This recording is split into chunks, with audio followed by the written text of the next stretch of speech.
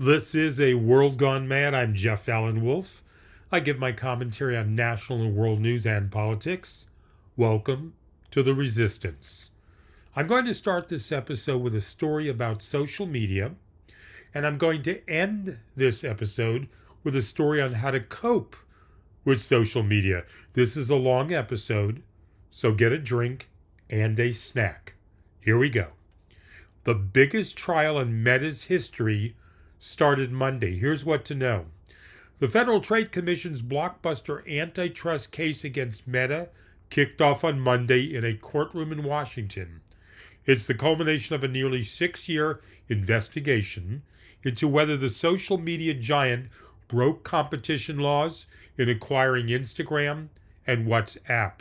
At stake is the future Meta's $1.4 trillion advertising business and the prospect of having to spin off its hugely popular services in separate companies, a corporate breakup the likes of which has not been seen since AT&T's telephone monopoly was forced to split apart more than 40 years ago.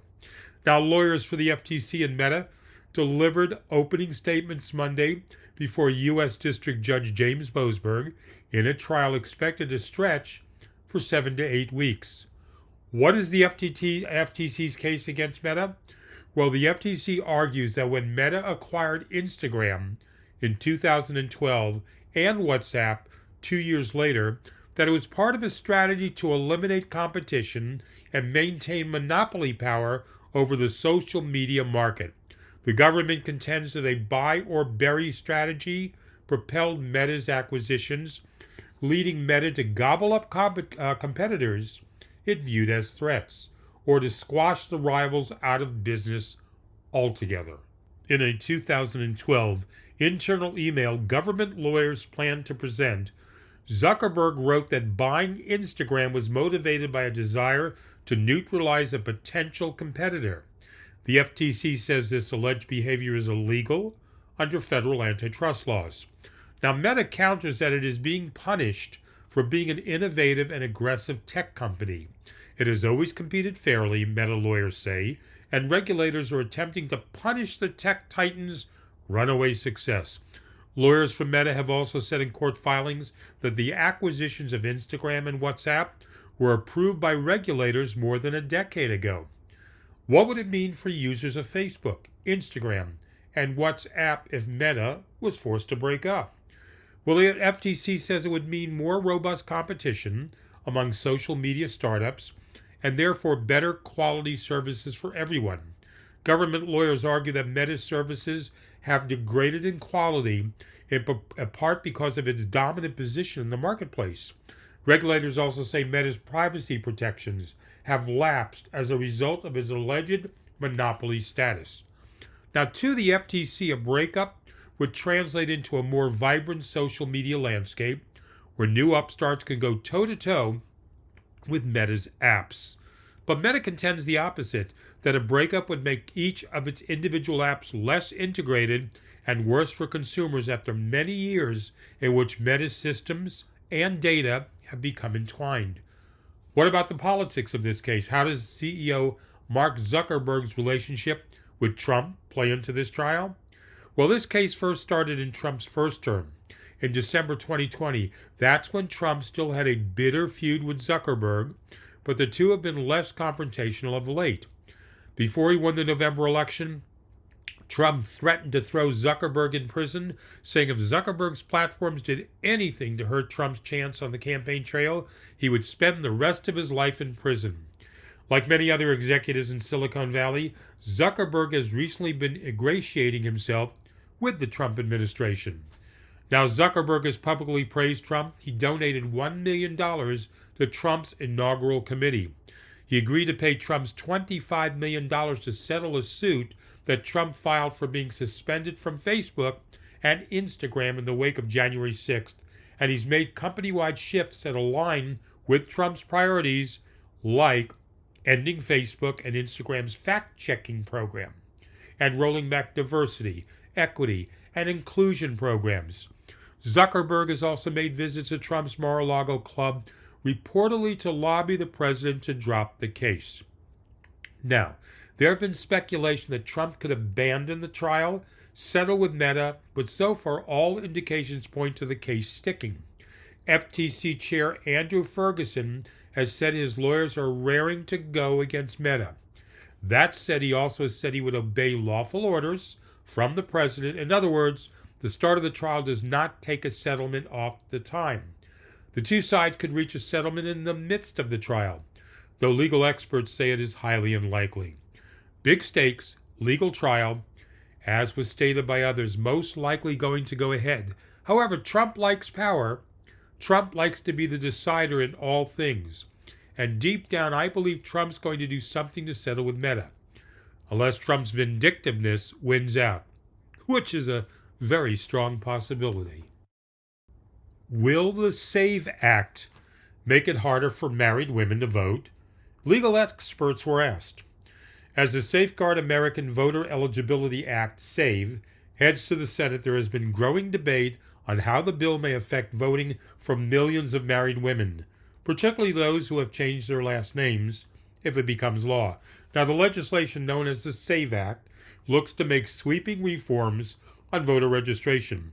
It was introduced in response to fears about voter fraud, though research has consistently showed that such incidents are exceedingly rare, not a significant factor in American elections.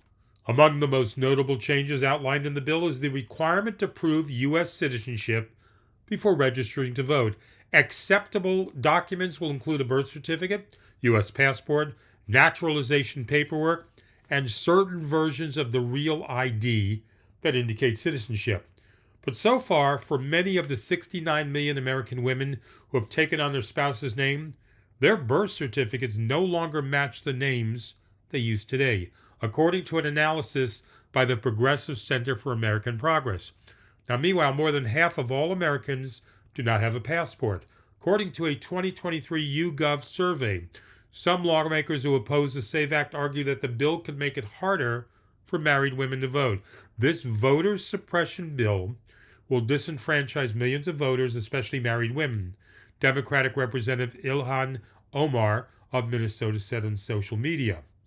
Now, meanwhile, supporters of the SAVE Act assert that the legislation orders states to determine what additional documents should be required when local voters have a discrepancy on their proof of citizenship document. Now, the Democrats have been fear-mongering about this bill, have been saying if married women changed their name, they would not be able to vote. This is complete fallacy, White House Press Secretary Caroline Leavitt said at a press conference on Friday. Getting legal documents could be a challenge for some women. Legal experts told NPR that states can ease this potential hurdle by accepting secondary documents like a legal decree of a name change or a marriage certificate. But it might not fix the issue for all married people. Now, Tracy Thomas, she's a professor of constitutional law at the University of Akron, said the issue is that court decrees are uncommon since they are generally not required for married individuals who want to change their name, while marriage certificates are more commonly used. Thomas said obtaining one may be especially challenging for women who have been married for a long time and may no longer have their marriage certificate readily available. Obtaining that marriage certificate is an additional cost, administrative burden, extra penalty that other voters do not have to do, said Thomas, who teaches voting rights and general equality. She added these might all seem like trivial costs, but they all add up. There's also time delays and administrative inconvenience and burden at each step that creates more obstacles and discouragement to voting. Experts say the bill could lead to varying policies across states.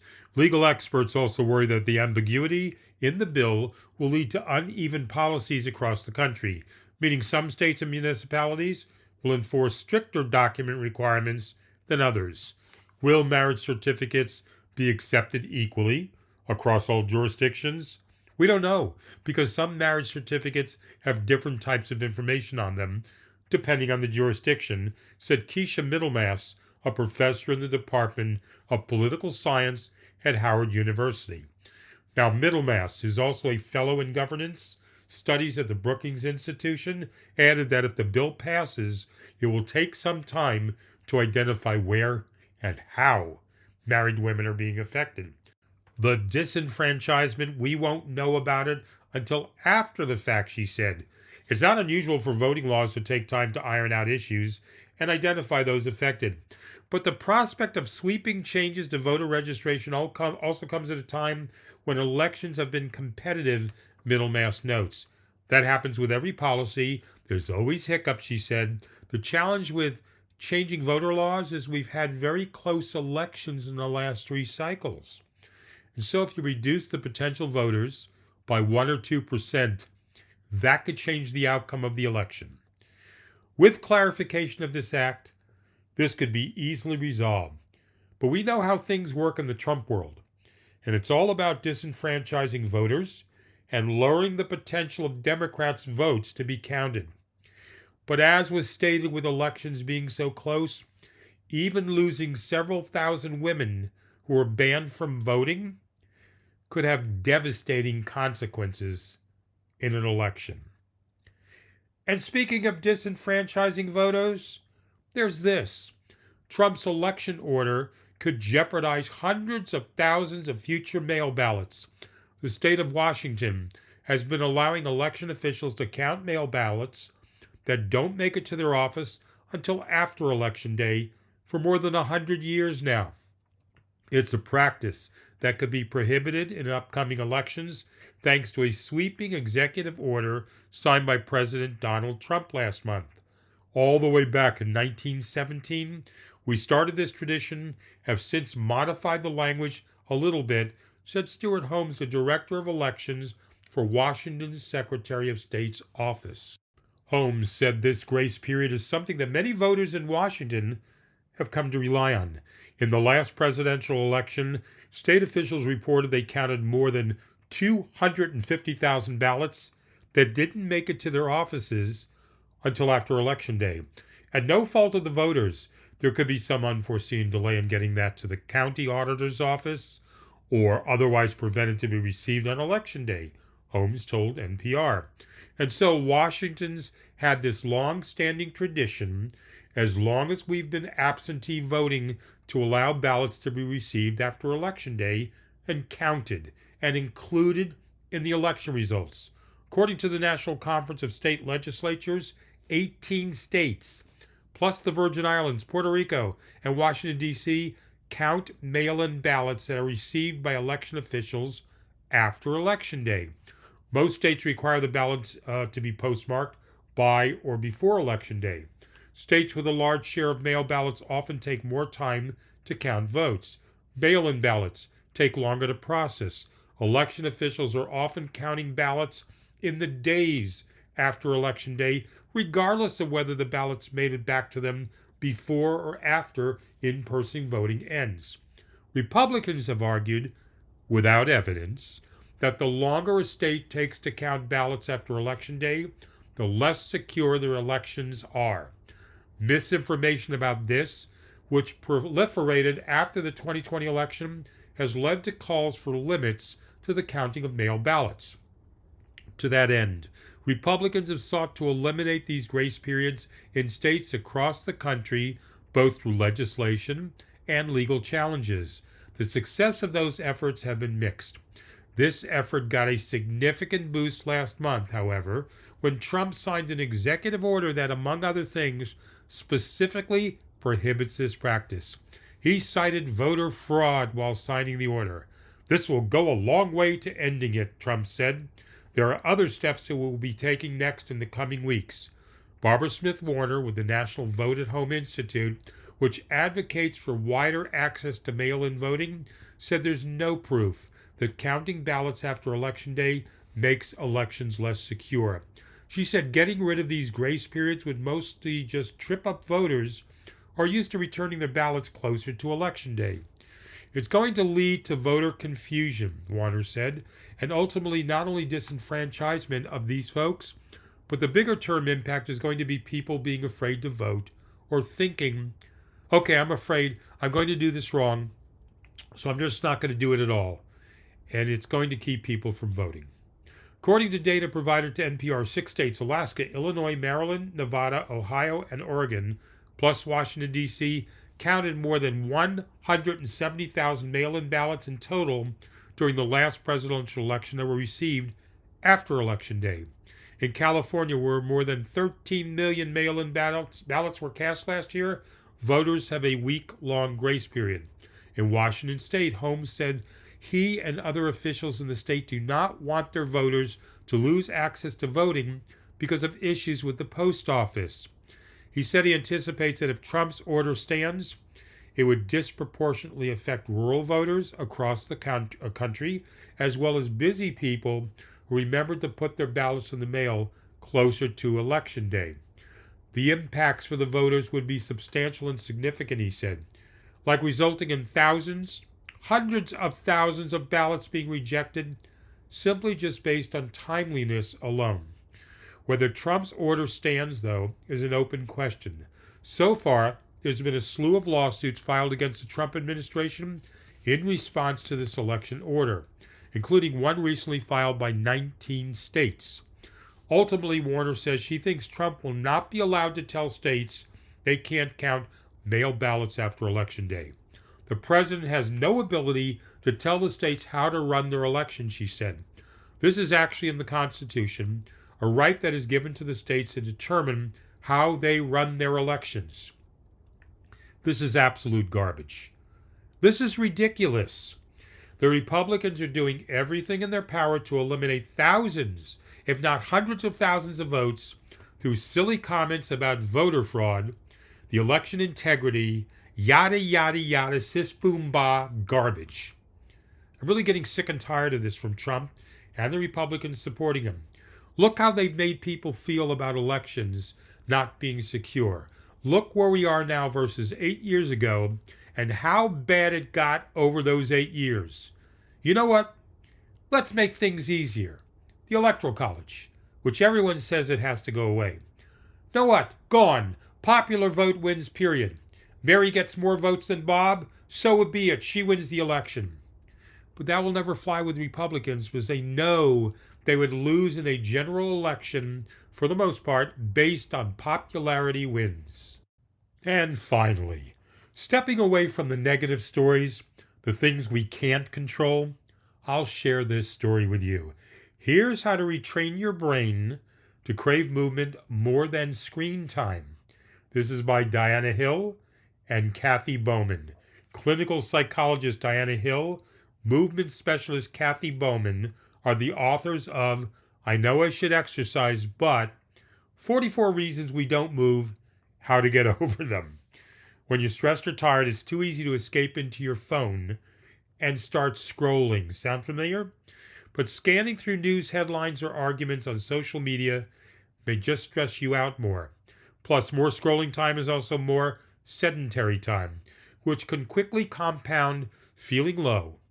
What if instead you could retrain your brain to crave physical activity for stress relief and a mood boost? Scrolling and using social media can feel good in the short term because they activate the brain's reward pathways, leading to dopamine release and contributing to feelings of pleasure or reinforcement.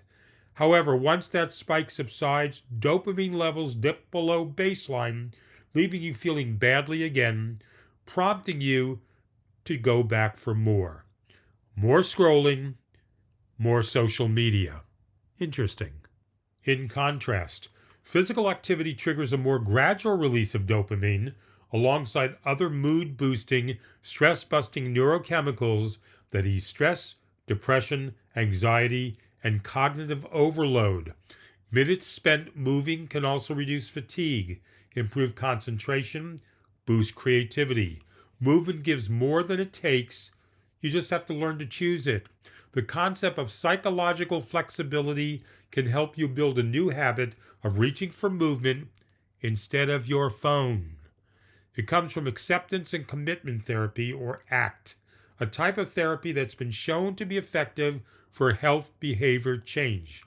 It's the skill of opening up to uncomfortable emotions, thoughts, and feelings, taking value-oriented action even in the face of inner obstacles. These two ladies provide 6 ways to try it. So you can stop the podcast, pull out a piece of paper you want, or just rewind this at any point in the future. But there's some 6 important ways to deal with social media and how to not get caught up in the trap. Ready? Number 1, surf the urge to scroll. The first step to moving more is training your brain to be emotionally flexible. If you want to stop acting impulsively every time you have an urge to grab the phone, start by noticing that urge, taking a pause. Urge surfing is a mindfulness tool used to help people with addictions cope with cravings without acting on them. Developed by smoking researcher Alan Marlatt, it involves staying present with your urge, noticing it rise and fall like a wave without acting on it. Think of yourself as a flexible surfer, nimbly riding a wave of craving. As it grows, it peaks and it comes back down again. No matter how big the wave is, it will always come back down. And the more you practice urge surfing, the better you get at staying with it. Here's how to do it. Notice the urge. Next time you want to hop on your phone and scroll, or for a news binge, choose to wait it out a little longer. Pay attention to the feeling of craving in your body. What is the sensation of the urge like? Is it a rising feeling? A tingling feeling? A gnawing feeling? Where do you feel it in your body? Your chest? Your belly? Your head? Stay with it. Ride out the urge, observing it grow or get stronger. What happens to the sensation if you don't act on it? Watch it change like a wave. Don't fight it. Don't add a story. Stay with the pure level of sensation without adding a story like, "Yeah, this feeling will never end," or "I can't handle this discomfort, so I'll scroll." If you notice a story in your head like that, go back to paying attention to the sensation in your body again. Ride it like a surfer on a wave. Every urge you surf, you train your brain to get better at tolerating discomfort, the precursor to getting yourself to move. Number 2, stretch, squat, dance while you surf on your phone. If you physically can't do any of that, wiggle your toes, stretch your fingers behind your neck, turn your neck left and right. What can you do during the minute or two you're riding the wave of phone craving? Practice a simple movement challenge. Research shows that going outside of your comfort zone, also called behavioral stretching, boosts life satisfaction, especially for people who are relatively less happy to start with. So stretching yourself to get active will give you an extra mood boost when you are low. The farther outside your comfort zone the dynamic activity is, the more life-enhancing it can be. So go for the silly, skill-building, or challenging moves. Surfers don't just stand on their board. They carve, they snap, they cut back through the waves. Try it now. Next time you have the surfing and you want to go on your phone, the urge to do the scrolling, surf that feeling. Trying to stand on one leg for 30 seconds. Do 5 squats, feel your muscles activate. Or close your eyes. Reach your arms overhead, lift up on the tippy toes of both feet. Try a big standing or seated back bend, raising the arms and arching your back as far as you can. Or pick a song from your playlist for a 3-minute dance session or movement that leaves you a little out of breath. And again, for those of you not physically capable to do any of this, do something different physically. Shake your hands, rock your head back and forth, lift your legs slightly up from the chair that you're sitting on, but change something with movement to take away that urge that you need to scroll on your phone and look at social media. If I have one more Wolfpack listener write me or email me and tell me I don't listen to your podcast anymore because I'm overwhelmed with what's happening from Donald Trump and social media, and yet a day or two later I see them on social media all over Facebook groups posting memes, writing complaints, getting upset. So that's why I wanted to give this story to you. Listen to what the ladies are saying. Ready? Step number 3, savor your favorite activities. When you intentionally savor things you value like fun, adventure, community, or creative expression, you can train your brain to want them more. This works for movement too. Athletes who focus on the good feelings of their sport report lower levels of burnout and a healthier overall engagement. Start by identifying types of physical activity you find pleasurable, exciting, or stimulating that are more satisfying and engaging than phone scrolling. Playing ping pong, pickleball, zooming around on a bike, stretching on an aerial silk, having a dance party, taking a walk or run with your friends.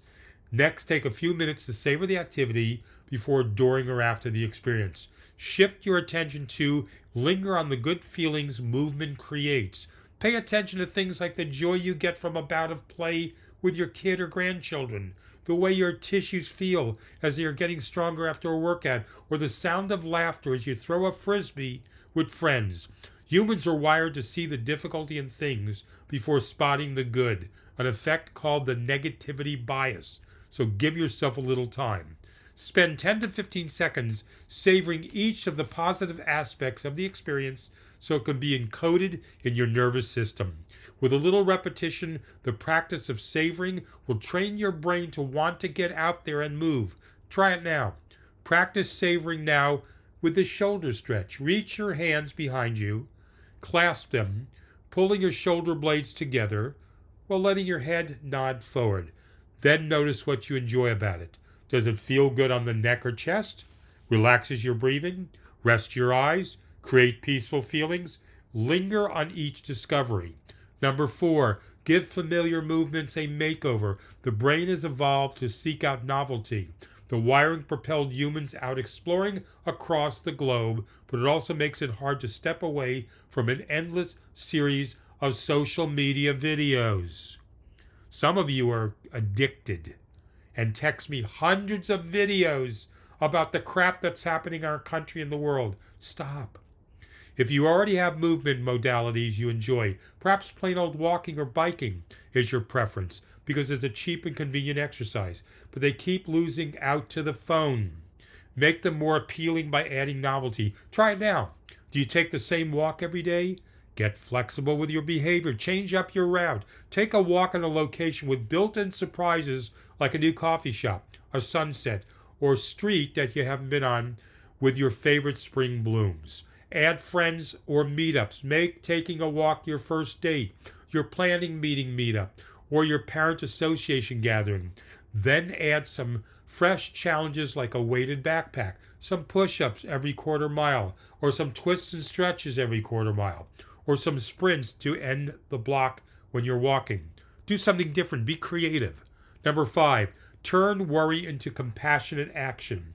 You can't solve the world's problems, especially with Donald Trump, by passively absorbing bad news. If you're scrolling because you care, because you want to stay informed and engaged, then let that care move you toward actively participating in solutions. Research indicates that transforming worry into compassionate action benefits both the people you help and your own well-being. The issues that weigh on you the most reflect what matters most in your heart. Instead of staying stuck in worry, ask yourself, what topics in the news pull at me the most? What values do they threaten? How can I turn my concern into meaningful action? Let your answers guide you towards doing something, taking physical action that moves your body and aligns with what you care about most. Try it now. Think of creative and physical ways to act on issues you care about. Worried about the environment? Try walking, biking, or other human-powered transportation. Work in a community garden. Join local restoration projects. If you care about children or families, consider volunteering in an after-school sports program or lifting boxes at your food bank. The weight of the world's global conflicts can be eased by starting a community walking group to discuss global issues or organize a fundraising walk. When you transform the heaviness of the world into physical action, you'll feel less powerless. Finally, number 6, take the news to go. When it seems like your values are in conflict, I value staying informed and I value moving my body well. It only means you haven't yet discovered where these values can overlap. You might be turning to the phone because life feels uncertain, and being informed makes you feel grounded. But research shows there's another place to head, outside to move. Combining movement with nature can offer you the respite you've been looking for. As the kids say, touch grass. Okay, Wolfpack listeners, try it now. Step outside, take off your shoes, feel the ground beneath you. My girlfriend does that. She takes off her shoes and stands in the ground and the dirt in our backyard, and it makes her feel great. Savor the greenery. and you don't always have to leave the phone behind. Simply mix up your behavior and choose to walk or roll while listening to quality discussions with longer formats, soothing voices that offer stepwise solutions, like my podcast. Just joking. Let the act of moving your body in nature remind you that you are part of the world that you are worried about, and that your physical activity can be part of taking action.